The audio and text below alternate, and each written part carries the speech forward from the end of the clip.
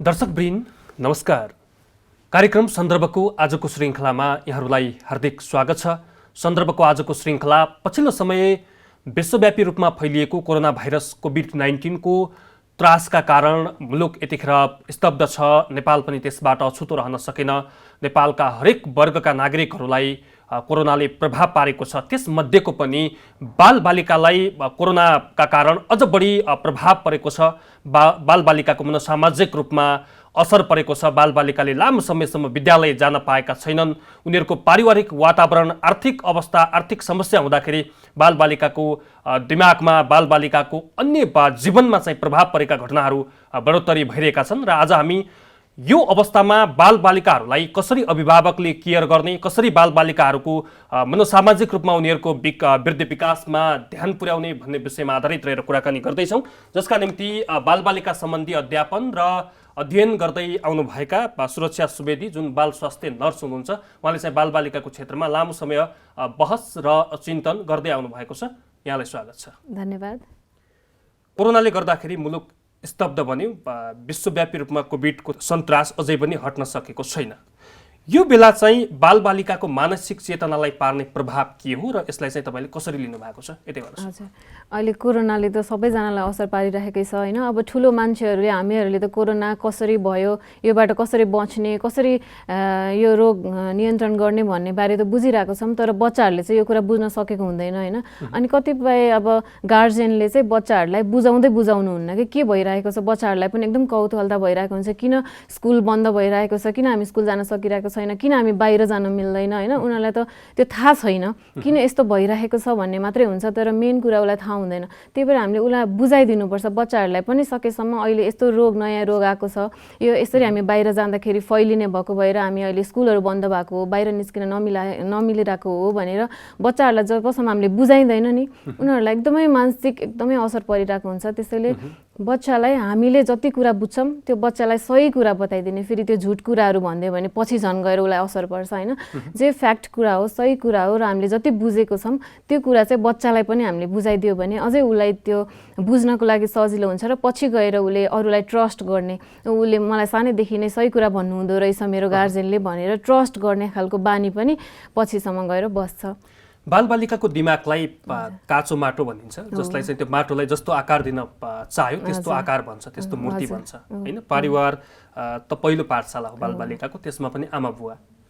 बालबालिकाको मनोभावनालाई चाहिँ कसरी बुझ्ने, उनीहरूको हाउभाउबाट केही बुझ्न सकिन्छ वा चाहिँ उसले भनेका कुराहरूमा केही बुझ्न सकिन्छ? बालबालिकाले त एक्ज्याक्ट के हो छुट्याउन नसक्ने स्थिति हुन्छ, यसलाई कसरी हेर्ने? हजुर, एकदम सही कुरा गर्नुभयो होइन। हामीले चाहिँ बालबालिकालाई बुझ्नको लागि चाहिँ के गर्नुपर्छ भने हामी नै बालबालिका भइदिनुपर्छ कि त्यति गरेन भने हामीले बालबालिकालाई बुझ्नै सक्दैन। उसको मनको कुरा के छ, उसको दिमागमा के कुरा चलिरहेको छ होइन, त्यो बुझ्नको लागि हामी नै बच्चा भइदिनुपर्छ। उसलाई चाहिँ हामी जस्तो ठुलो गराउन खोज्यो भने हामीले कहिले पनि उसको कुरा बुझ्न सक्दैनौँ।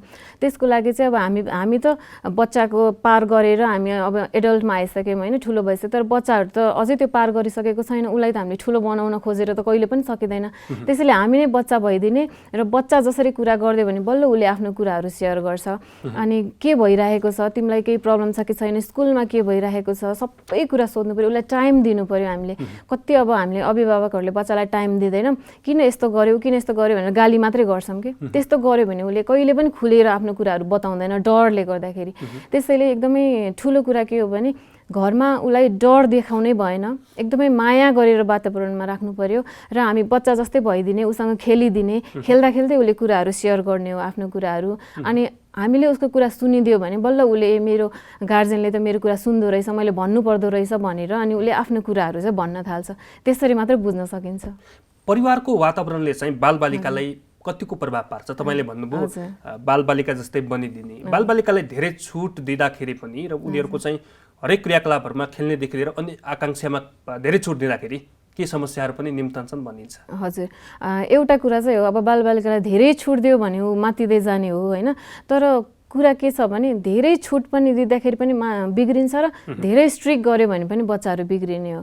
अब कति हेरिन्छ हामीले एकदमै डिसिप्लिन गरेर सानोमा राखेको बच्चाहरू त्यो टाइममा चाहिँ ऊ डिसिप्लिनमा बस्ला, राम्रो गर्ला। तर पछि यो मानसिक भनेको कस्तो कुरा छ भने हामीलाई फिजिकली अरू रोग लागेको र औषधि खुवाएर निको पार्ने जस्तो होइन। यो भनेको त उसलाई त पछिसम्म एकदमै असर परिराख्ने चिज हो मानसिक भनेको होइन। त्यसको लागि चाहिँ एकदमै स्ट्रिक्ट रुल्स एन्ड रेगुलेसनमा राख्यो भने त्यस्तो बच्चाहरूलाई चाहिँ के हुन्छ भने मलाई यस्तो रिस्ट्रिक्ट गरेर राखेको छ, म बाहिर जाँदाखेरि के होला भनेर झन् उसले बाहिर जाने छुट पायो भने झन् बिग्रिने, जुन हामीले गर्न दिएको थिएन पछि गएर झन् धेरै गर्ने। त्यसरी चाहिँ धेरै छुट पनि गर्नु भएन र धेरै उसलाई चाहिँ टाइट गरेर गाली गरेर पनि राख्नु भएन, झन् बिग्रिन्छ कि त्यस्तो बच्चाहरू पछि गएर। नेपाल अल्पविकसित मुलुक हो, अहिले विकासको अलिकति फड्को मार्दैछ। नेपालमा चाहिँ बालबालिकाको अवस्था कस्तो छ? नेपालमा बालबालिकाको अवस्थालाई चाहिँ कसरी विश्लेषण गर्न सकिन्छ? यहाँ त एकदमै गरिब मान्छेको पनि बसोबास छ, मध्यमवर्गीय छ, धेरै पुँजीपति धेरै सम्पत्ति भएका मान्छेहरू पनि बस्छन् होइन। वर्ग सङ्घर्ष अझै जारी छ नेपालमा। यहाँका बालबालिकाहरूको मनोभावना कस्तो प्रकारको पाउनुहुन्छ? हजुर, बालबालिकाको मानसिकको कुरा गर्दाखेरि चाहिँ पैसा सम्पत्तिले भन्दा पनि उसले कतिको माया पाएको छ, कतिको केयर पाएको छ त्यसमा डिपेन्ड गर्छ होइन। धेरै पैसा हुनेवालाहरूको बच्चाको मानसिक विकास राम्रो हुने भनेर हुँदैन। अब कतिपय गरिबको बच्चाहरूले पनि एकदम राम्रोसँग माया पाएको छ, उसको कुरा अरूले सुनिदिएको छ भने उसको मानसिक विकास एकदमै राम्रो हुन्छ। र धेरै धनी सम्पत्ति भएको मान्छेहरूले उसलाई टाइम दिँदैन, पैसा त छ तर उसलाई टाइम दिँदैन, केयर दिँदैन, माया दिँदैन, उसको कुरा सुनिँदैन भने चाहिँ त्यस्तो बच्चाहरूको फेरि मानसिक नराम्रो हुने होइन, विकास नहुने, उसले पढ्न नसक्ने, सुत्न नसक्ने, पछि गएर डिप्रेसनमा जाने, सुसाइड गर्ने, त्यस्तो खालको पनि अवस्थाहरू चाहिँ आउन सक्छ। त्यसैले बच्चाहरूको मानसिक विकासको लागि चाहिँ मेन कुरा भनेको माया, केयर र उसको कुरा सुनिदिनुपर्छ। त्यो भयो हरेक अभिभावकलाई चाहिँ मेरो बालबालिका, मेरो छोरा अर्थात् मेरो छोरी भोलि राम्रो होस्, शिक्षामा राम्रो गरोस्, सामाजिक प्रतिष्ठा उसको कायम होस्, ठुलो मान्छे बनोस् भनेर हरेक अभिभावकको इच्छा हुन्छ। तर उनीहरूको बुद्धिलाई तीक्ष्ण बनाउन गर्नुपर्ने क्रियाकलाप के हो? जस्तो सानो उमेरको बालबालिका जुन चाहिँ 1 क्लास 2 क्लास 3 क्लाससम्म पढ्छन्, उनीहरूको दिमागलाई, उनीहरूको विवेकलाई चाहिँ अलिकति बढी बनाउने कुनै त्यस्तो सूत्र चाहिँ यहाँसँग? अब गार्जेनले, अभिभावकले मेरो बच्चा राम्रो होस् भनेर सोच्नु त राम्रो कुरा हो होइन, तर मानसिक विकासलाई चाहिँ गराउनै पर्छ भनेर हामीले फोर्स गरेर हुने कुरा होइन। त्यो बच्चाबाट आफै आउनुपर्छ होइन। त्यसको लागि चाहिँ हामीले कुनै फर्मुला लाएर चाहिँ गर्न सकिँदैन। त्यही वातावरण ठिक गराइदियो भने ऊ चाहिँ क्रिएटिभ हुनसक्छ। अब उसलाई के कुरामा इन्ट्रेस्ट छ, पढाइमा मात्रै फोकस गरेर तैँले फर्स्ट हुनैपर्छ, यो भएन भने तिमीलाई पनिसमेन्ट दिन्छु भन्यो भने झन् उसले गर्न सक्दैन। बरु पढाइको साथसाथै तिमीलाई चाहिँ के अरू कुरामा इन्ट्रेस्ट छ, डान्समा छ भने डान्स गर, आर्ट्समा छ भने गर भन्यो भने बरु क्रिएटिभ हुन्छ। अनि त्यो कुरा पायो भने ऊ खुसी हुन्छ र पढाइमा पनि राम्रो गर्छ। त्यही भएर वातावरण चाहिँ ठिक गराइदिने भने उसले चाहिँ आफै पछि क्रिएटिभिटीमा पनि ध्यान दिन सक्छ बच्चाले। हामी मनोसामाजिक रूपमा जानु पूर्व, मानसिक रूपमा जानु पूर्व अहिले चाहिँ अनलाइन क्लासहरू जताततै चलेको छ होइन। अनलाइन क्लासहरूमा पनि बालबालिकाहरूको कतिको इन्भल्भमेन्ट हुन्छ। अब त्यो चाहिँ कतिको पारिवारिक अवस्था कमजोर छ, सरकारी विद्यालयमा पढ्ने बालबालिकाहरू अझै पनि पहुँचमा आउन सकेका छैनन्। कतिपय बालबालिकाहरू रेडियो कार्यक्रमबाट शिक्षा आर्जन गरिरहेको अवस्था पनि छ। अनलाइन क्लासको प्रभावकारिता र बालबालिकाको त्यसमा एटेन्डेन्स भनौँ न, उपस्थिति, यसले पार्ने प्रभाव चाहिँ के हो? अनलाइन क्लास कतिको सकारात्मक छ? हजुर, यो अनलाइन क्लासको बारेमा त हामीले अनुसन्धान पनि गरेका थियौँ होइन। यसले गर्दाखेरि कतिको असर परिरहेको छ, के छ भनेर। के हुन्छ भने नेपाल जस्तो देशमा चाहिँ अनलाइनबाट बच्चाहरूलाई एजुकेसन दिने भनेर अझै पनि गर्न सक्ने अझै हामी त्यसमा पुगेको छैनौँ कि। अब बच्चाहरूलाई बिजी राख्नको लागि त अनलाइन क्लास लिन सकिन्छ। अब त्यति पनि गरेन भने त बच्चाले के गरेर बस्ने होइन, झन् टिभी मोबाइलमा ध्यान दिन्छ। कमसेकम क्लास छ भनिसकेपछि अलिअलि त गरिरहेको छ, तर त्यो त सबै बच्चालाई पुगेन नि त। अब कोही बच्चाकोमा नेट हुँदैन, कोही बच्चाकोमा लाइट हुँदैन होइन, त्यस्तो हुँदा उसले पढ्न पाएन। र कति बच्चाहरू चाहिँ खुसीले पढ्न पायो भने त्यस्तै बेला अरू बच्चाहरू फेरि असर पर्ने होला। मेरो आजको क्लास छुट्यो, अब कति मेरो साथीहरूले पढिरहेको छ, मैले मोबाइल नभएको भएर पढ्न पाएन भनेर बच्चालाई एकदमै असर परिरहेको छ। त्यस्तोमा चाहिँ अब टिचरहरूले, शिक्षकहरूले एकदमै ध्यान दिनु पर्यो। अब घरमा अभिभावकले त गर्न खोज्नुहुन्छ तर कतिले सक्नुहुन्न होइन।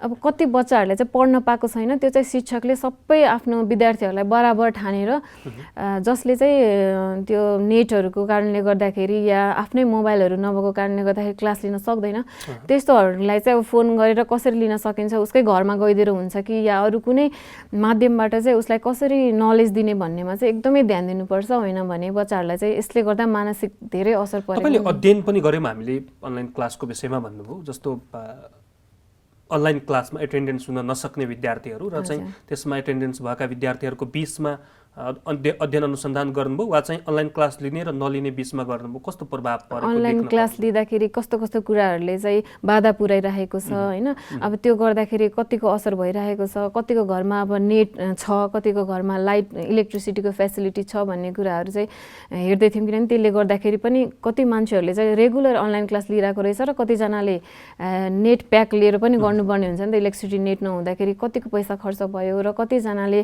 त्यसलाई चाहिँ राम्रो ठान्यो कतिजनाले राम्रो ठानेन भन्ने कुराहरू चाहिँ हेरेको थियो त्यसमा पनि धेरै बच्चाहरू धेरै अहिले हामीले यो गरेको चाहिँ बच्चामा भन्दा पनि नर्सिङ स्टुडेन्ट्सहरूमा अलि ठुलोकोमा गरेको थियो नेपालकैमा गरेको हो होइन त्यस्तो गर्दाखेरि कतिजनाकोमा नेटमा क्लास लिँदा डिस्टर्बेन्स हुने अनि कतिजनाको चाहिँ ठ्याक्क टाइममा लाइट गइदिने अनि कतिजनाले नबुझ्ने कतिजनालाई त त्यो टेक्नोलोजीको बारेमा थाहा नै छैन होइन त्यस्तो सुरुमा चाहिँ एकदमै असर परेको देखियो त्यसमा भन्ने अझ सानो बच्चाहरूले त झन् कसरी बुझ्ला होइन कतिपय ठाउँमा चाहिँ यता क्लास जोइन गर्ने र चाहिँ यतातिर बालबालिकाको अन्य गतिविधि हुने किसिमका पनि समस्याहरू आएका छन् होइन यसले चाहिँ के प्रभाव पार्छ सुवेदीजी मान्छेको दिमागमा बालबालिकाको दिमागमा मानसिक रूपमा चाहिँ उसलाई प्रिपेयर गर्ने ठाउँमा रेगुलर क्लास लिइरहेको बानीले चाहिँ अनलाइन क्लासमा एटेन्ड भएर भिडियो अफ गरेर अन्य गतिविधिमा लाग्ने त्यो बालबालिकाको उसले चाहिँ कालान्तरमा के समस्या निम्त्याउँछ यसले हजुर यो त एकदमै भइरहेकै कुरा नै गर्नुभयो हजुरले अब बच्चाहरू क्लासमै टिचरले पढाइरहेको बेलामा त कति बच्चाले बुझ्दैन भने त्यो अनलाइन क्लासमा जहाँ भिडियो अफ गर्न पनि मिल्छ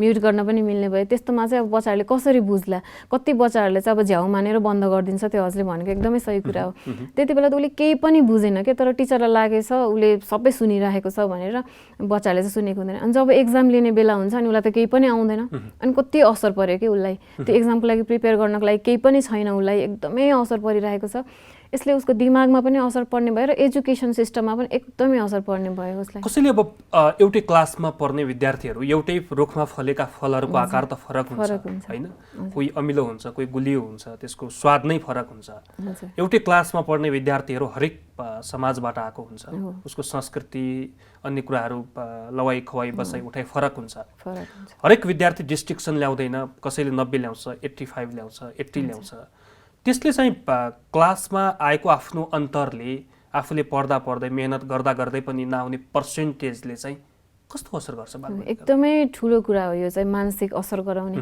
किनभने अभिभावकले पनि एकदमै धेरै नम्बर ल्याउनु पर्छ भनेर जोड गर्छ टिचरले पनि धेरै नम्बर ल्याउने स्टुडेन्टलाई अलिकति माया गरेको देखिन्छ अलिकति फोकस गरेको देखिन्छ त्यसले गर्दाखेरि बच्चालाई एकदमै असर गरेको छ यसमा चाहिँ शिक्षकहरूको भूमिका धेरै हुन्छ शिक्षकले बुझ्नु पर्यो कि सबै बच्चा एउटै होइन जसरी सबैजना डाक्टर हुँदैन सबैजना पाइलट हुँदैन सबैजना इन्जिनियर हुँदैन त्यस्तै विद्यालयको कुरा गर्दाखेरि त एनी हाउ A+ ल्याऊ अर्थात् ए ल्याऊ होइन डिस्ट्रिक्सन ल्याऊ भन्ने उनीहरूको त एउटा बिजनेस टाइपको छ नि यसले चाहिँ बालबालिकालाई असर गरेको छैन धेरै असर गर्यो त्यही अब शिक्षकहरूले चाहिँ त्यही बुझ्नु पर्यो कि फर्स्टमा सबै बच्चा एउटै हुँदैन सबै बच्चाको मानसिक क्रिएटिभिटी र लिन सक्ने क्षमता एउटै हुँदैन पढाएको कुरा उसले एकचोटिमै बुझिहाल्छ भन्ने छैन त्यसैले त शिक्षक भनेको कि उसले जस्तो सुकै स्टुडेन्ट नजान्ने होस् या जान्ने होस् उसले चाहिँ सक्नु पर्यो शिक्षा दिन र लास्टमा उसले पास गराउन त्यो चाहिँ टिचरको हातमा हुन्छ कि अनि उसले सक्दैन बच्चाले सक्दैन भने किन सकेन के कारणले सकेन उसकोमा केही कमी कमजोरी हो कि उसले ध्यानै नदिएर हो कि उसले पढ्न खोज्दा पनि नसकेको भनेर अलिकति यसलाई एक्स्ट्रा फोकस दिएर त्यस्तो बच्चाहरूलाई गर्ने र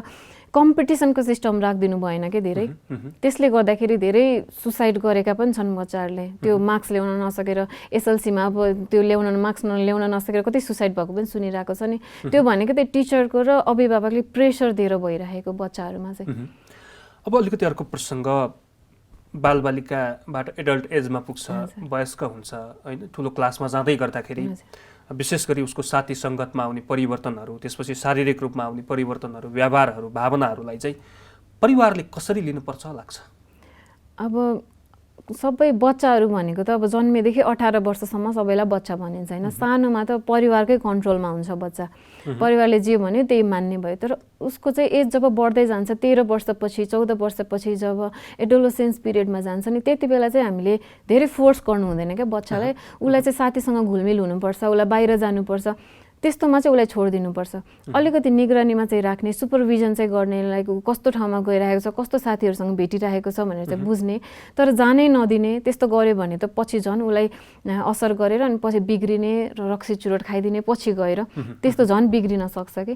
त्यसमा चाहिँ परिवारले कस्तोमा गइरहेको छ मात्रै बुझ्ने, तर जान दिने, घुलमिल हुन दिने, त्यस्तो चाहिँ गर्नुपर्छ। बालबालिकाको शारीरिक तथा मानसिक अवस्था चाहिँ अलिकति विशेष भएमा वा चाहिँ फरक क्षमताको भन्छ नि, फरक क्षमताको भएमा चाहिँ उनीहरूको लागि सरकारवाला पक्षले गर्ने व्यवहार, परिवारले गर्ने व्यवहार कतिपय ठाउँमा चाहिँ अझै पनि नेपालका ग्रामीण क्षेत्रहरू जहाँ चाहिँ गरिबीको चपेटामा छ एउटा वर्ग चाहिँ, एउटा समाज चाहिँ, जसमा फरक क्षमता भएको बालबालिका जन्मिँदाखेरि उसले आफ्नो पाउनुपर्ने नैसर्गिक अधिकार, मौलिक अधिकारसम्म हनन हुने गरेका प्रसङ्गहरू छन्, जसलाई परिवारले पनि राम्रोसँग स्वीकार्न नसक्दा र बुझ्न नसक्दा धेरै समस्याहरू आएका छन्। परिवारको वातावरण राम्रो नहुँदाखेरि फरक क्षमता भएका व्यक्तिलाई पर्ने असरहरू के हुन्? हजुर, अब फरक क्षमता अलिकति मानसिक सुस्त भएका बच्चाहरू चाहिँ कति देखिन्छ होइन। फर्स्टमा त परिवारले नै त्यसलाई स्वीकार्नु पर्यो कि आफ्नो बच्चालाई केही हुँदैन। कति रिह्याब सेन्टरहरू छ, बाहिर निकाल्दाखेरि समाजले देखेर हामीलाई के भन्ला भन्ने डरले नै भित्रै लुकाएर राख्नुहुन्छ कि त्यस्तो बच्चाहरूलाई बाहिर लाँदै लानुहुन्न। कति अहिले त नेपालमा पनि सेन्टरहरू छ, त्यस्तो सेन्टरहरू, त्यो मानसिक सुस्त भएका बच्चाहरूलाई राख्ने सेन्टर छ होइन। परिवारले चाहिँ एउटा परिवारले गरेपछि अर्कोले गर्छ, अर्कोले गर्छ, गर्दा गर्दा समाजले सबैजनाले गर्न थाल्छ। अब परिवार नै डरायो सुरुमै, अब समाजले के भन्ला, यस्तो बच्चा रहेछ घरमा भन्ला भनेर कतिले लुकाएर राखेर त्यहाँ राख्दा राख्दा राख्दा त्यो बच्चालाई स्कुल पनि नपठाउने, कहीँ पनि नपठाउने गर्दाखेरि अनि पछि त झन् त्यो बच्चाहरू कुपोषण हुँदै जाने, बाहिर जान पाएन।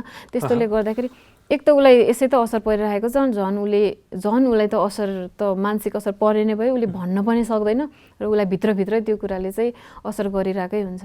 बालबालिकाको कुरा गर्दा अर्थात् चाहिँ वयस्ककै कुरा गर्दा पनि एउटा बालबालिकाकै एजबाट त्यो पार गर्दै वयस्क भन्ने हो कुनै पनि व्यक्ति, नेपालमा चाहिँ बालबालिकाको मानसिक अवस्था जुन चाहिँ परिवारको साथ नपाएर होस् या चाहिँ शैक्षिक संस्थाको साथ नपाएर होस् या चाहिँ समाजको सपोर्ट नपाएर होस्, हरेक क्षेत्रमा चाहिँ बालबालिका बिग्रिरहेको हामी देख्न पाउँछौँ।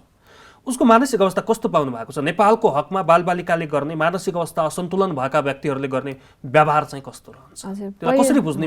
मेरो फ्यामिलीको मेरो मेम्बर, मेरो सदस्य चाहिँ कुन बाटोमा लागेको छ, उसको व्यवहार कस्तो छ भनेर परिवारका सदस्यले कसरी बुझ्ने? हजुर, अब पहिला जस्तो छैन। अहिले चाहिँ नेपालीको बच्चाहरूले पनि, नेपालमा भएका बच्चाले पनि बाहिरको त्यो मोडर्नाइजेसन, टेक्नोलोजी, बाहिरको धेरै सिरियलहरू हेर्न थालेर होइन, त्योबाट उनीहरूको पनि मानसिकमा एकदमै चेन्ज आएको छ कि अलिकति झर्क्यो भने या सुसाइड गरिदिन्छु भन्यो भने मेरो परिवारले जे भने त्यही पुऱ्याइदिन्छन्, डराउँछन् भन्ने टाइपको सोच्न थालिसकेका छन् अहिले बच्चाहरूले पनि। र आमा बाउले चाहिँ र गार्जेनले बच्चाहरूलाई चाहिँ उनीहरू सही बाटोमा लागेको छ कि छैन, मानसिकमा असर परिरहेको छ कि छैन भनेर ध्यान दिनको लागि चाहिँ बच्चा पहिलाको र अहिलेको बच्चाको बानीमा परिवर्तन आयो कि आएन, ऊ एक्लै बसिराख्न मन पराउँछ कि, ऊ पहिला जसरी अरूसँग बोल्थ्यो त्यसरी बोल्छ कि बोल्दैन, र उसले खान्छ कि खाँदैन, राति सुत्छ कि सुत्दैन, त्यो सबै कुराहरूमा ख्याल गर्नुपर्छ। किनभने जब बच्चालाई मानसिक असर परिरहेको हुन्छ या डिप्रेसनमा जान थालेको हुन्छ नि, बच्चा एक्लै बस्न रुचाउने, अरू मान्छेहरूसँग घुलमिल नगर्ने, नखाने, राति नसुत्ने या मोबाइल मात्रै हेरेर बसिराख्ने अनि पढ्न नसक्ने, त्यस्ता लक्षणहरू देखाउँछ कि त्यो चाहिँ अलि अभिभावकहरूले अलिक केयर गर्नुपर्ने हुन्छ। त्यसमा अलिकति धेरै बालबालिकाहरू घर छोडेर भाग्ने एउटा त्यस्तो अवस्था हुन्छ जुन चाहिँ कतिपयमा जिद्दीपना हुन्छ, स्वभावअनुसार फरक हुन्छ, कतिपय अलिक जेन्टल नै हुन्छन् साना छँदा पनि। घर छोडेर भाग्ने, लागु औषध दुर्व्यसनीमा लाग्ने, आफ्नो दौतरीहरूसँग मात्रै खेल्न मन पराउने। तर परिवारमा के हुन्छ भने एउटा गरिबको छोरा र चाहिँ अलिकति धनी, अलि सम्पत्तिवालाको छोरा, त्यो सँगसँगै घर भए पनि तलमाथिबाट एउटा धनी वर्गले, एउटा सम्पन्न वर्गले आफ्नो छोरा चाहिँ त्यो गरिबको छोरासँग खेलेको देख्न नपरोस् भन्ने किसिमले एउटा सोसाइटीको त्यो कल्चर अझै पनि जान सकेका छैन। त्यो कन्सेप्ट चाहिँ हाम्रो स्थिति चाहिँ यो अवस्था सिर्जना हुनै नदिन अनि चाहिँ भनौँ न बच्चाहरूलाई समान व्यवहार गर्नका निम्ति नियामक निकायहरूले चाहिँ कस्तो भूमिका खेल्नु पर्ला, वा चाहिँ त्यो भूमिका खेलेको अलिकति बालबालिकाको क्षेत्रमा केही परिवर्तन भएको त्यस्तो महसुस गर्नुभएको छ यहाँहरूले? तपाईँ त त्यही निकायसँग सम्बद्ध हुनुहुन्छ। एकदमै हो। यो चाहिँ एउटा कल्चरले अर्को कल्चरसँग खेल्न नदिने अनि धनीले गरिबसँग खेल्न नदिने होइन, त्यस्तो गर्दाखेरि चाहिँ बच्चाको मानसिकमा यति असर पऱ्यो बच्चालाई त थाहा हुँदैन नि त ऊ कस्तो ब्याकग्राउन्डको हो के हो भनेर थाहा हुँदैन उसलाई त साथी मात्रै चाहिएको हुन्छ उसलाई त खेल्ने जति खेल्न दियो उसलाई जति सबैसँग खेल्न दियो ऊ त त्यति खुसी हुने हो त्यसरी चाहिँ उसको मानसिक विकास हुने हो होइन र बच्चाहरूलाई सबै कल्चरको जस्तै अब नेवारसँग बाहुन सबैजना मिक्स भएर खेल्न दिनुपर्छ कि किनभने त्यसरी नै ऊ एडजस्ट हुँदै जान्छ त्यसरी खेल्न दिएन भने पछि गएर एउटा कल्चरको मान्छे बच्चा अर्को कल्चरको मान्छेसँग एडजस्ट गर्नै नसक्ने प्रब्लमहरू चाहिँ पछि देखिन्छन् सानैमा दिएन भने र एउटा वर्गको मान्छेलाई बच्चालाई अर्कोसँग दिएन भने पछि गएर ऊ एडजस्ट गर्नै सक्दैन त्यस्तो ठाउँमा कि किनभने जस्तो वातावरणमा हुर्काइयो बच्चा त पछि गएर त त्यस्तै वातावरणमा मात्रै एडजस्ट गर्न सक्ने त्यो बाहेक अरूसँग नगर्न सक्ने हुन्छ नि त त्यसैले बच्चाहरूलाई चाहिँ सबैसँग सबै जोसँग हुन्छ सबै किसिमका बच्चाहरूलाई सँगै खेल्न दिने कुराहरू सेयर गर्न दिने चाहिँ सानैदेखि गर्नुपर्छ अब अलिकति अहिले त प्रविधिको युग हो होइन मुलुक चाहिँ आधुनिक युगमा प्रवेश गर्दैछ हरेक कुराहरू प्रविधि छन् हामीले भने अनलाइन क्लासको पनि यस वर्षबाट अलिकति बढी डेभलप भएको छ निजी विद्यालयहरूले अनलाइन क्लासलाई प्राथमिकताका साथ चलाएका छन् त्यो बिचमा चाहिँ जस्तो अभिभावकहरूले मेरो छोरा अनलाइन क्लास लिँदैछ भनेर कतिपयले ल्यापटप किने कतिपयले कम्प्युटर किन्नु भएको छ त्यसको भनौँ न कतिपयले मोबाइल नै दिएर घरमा छोड्नु भएको छ त्यसको मिसयुज भए नभएको अर्थात् चाहिँ मेरो बालबालिकाले मेरो बच्चाले आज अनलाइन क्लास 2 बजेदेखि 3 बजेसम्म अनलाइन क्लास लियो र त्यस बिचमा चाहिँ स्कुलले कति होमवर्क दिएको छ अर्थात् चाहिँ त्यो बिचको पिरियड चाहिँ उसले मोबाइललाई कसरी सदुपयोग गर्यो भनेर थाहा पाउनका निम्ति अर्थात् चाहिँ प्रविधिसँग चाहिँ अभिभावक चाहिँ आजको दिनमा कतिको भनौँ न अभ्यस्त हुन जरुरी छ आजको दिनमा अभिभावकका निम्ति चाहिँ प्रविधि कतिको महत्त्वपूर्ण छ यो कुराहरू पनि कति उठिरहेको कुरा हुन्छ होइन कतिपयले चाहिँ हामीले अब मोबाइललाई मिसयुज गरिरहेको छ बच्चाहरूले टेक्नोलोजीलाई मिसयुज गरिरहेको छ भनेर भन्छौँ कस्तो छ भने अब हामी चाहिँ टेक्नोलोजी र मोडर्नाइजेसन अनुसार चाहिँ चल्नै पर्छ र बच्चाहरूलाई पनि त्यसरी नै चल्न दिनुपर्छ हेर्नै नदिने नयाँ कुरा सिक्नै नदिने भन्न चाहिँ मिल्दैन अब आइसकेको छ बच्चाहरूको लागि पनि र आजकलको झन् बच्चाहरू त्यही नेटबाटै टेक्नोलोजीबाट अपडेट हुँदै जाने हो होइन दिने तर फेरि दिनभरि नै छोडिदिन चाहिँ भएन तर उसलाई चाहिँ अलिकति टाइम चाहिँ त्यसमा पनि दिनु पर्यो र हामीले ख्याल चाहिँ गर्नु पर्यो अनलाइन क्लास उसको कति बजे हो त्यो आवरमा चाहिँ दिने त्यसपछि चाहिँ ऊ एक्लै मोबाइल लिएर बसेको छ कि छैन त्यो चाहिँ अभिभावकहरूले चाहिँ के गर्नु छ भने आफूलाई सजिलोको लागि बच्चालाई यतिकै मोबाइल छोडिदिएर जाने अभिभावक पनि हुनुहुन्छ किनभने आफूलाई टाइम छैन बच्चालाई हेर्ने टाइम छैन बरु त्यो टाइम चाहिँ उसलाई मोबाइल दियो भने ऊ त्यसमै बिजी हुन्छ र मैले आफ्नो काम गर्न चाहिँ पाउँछु भनेर त्यसरी छोडिदिनुहुन्छ अनि जब बच्चालाई लत लाग्छ उसलाई त लत लाग्छ जाँड रक्सी जस्तै हो नि त यो मोबाइल हेर्ने चिजहरू पनि होइन लत बसिसकेपछि अनि बच्चालाई गाली गर्नु चाहिँ बेवकुफ नै हो कि झन् त्यस्तो अभिभावकहरू त्यस्तो चाहिँ गर्नु हुँदैन सुरुमै टाइम चाहिँ यति टाइम चाहिँ तिमी हेर्न पाउँछौ त्यसपछि मलाई ल्याएर देऊ र अलिकति एक्स्ट्रा टाइम चाहिँ बरु टेक्नोलोजीहरू के अपडेट भएको छ हेर भनेर छोडिदियो भने त्यस्तो बच्चाहरूले चाहिँ मिसयुज चाहिँ गर्दैन झन् हेर्नै नदिने छुनै नदिने गऱ्यो भने झन् के होला भनेर उसलाई कौतूहलता हुन्छ र अर्को कुरा आफू काम गर्नको लागि बच्चालाई दिनभरि मोबाइल छोडिदिने र अर्को दिन नदिने त्यस्तो चाहिँ गर्नु हुँदैन डेली चाहिँ एउटा ब्यालेन्समा चाहिँ उसलाई दियो भने उसले त्यसरी नै त्यो सदुपयोग गर्दै हामी अन्तिममा छौँ जस्तो ग्रामीण भेगका बालबालिका र शहरी भेगका बालबालिकाहरूमा जस्तो शिक्षा स्वास्थ्य पोषण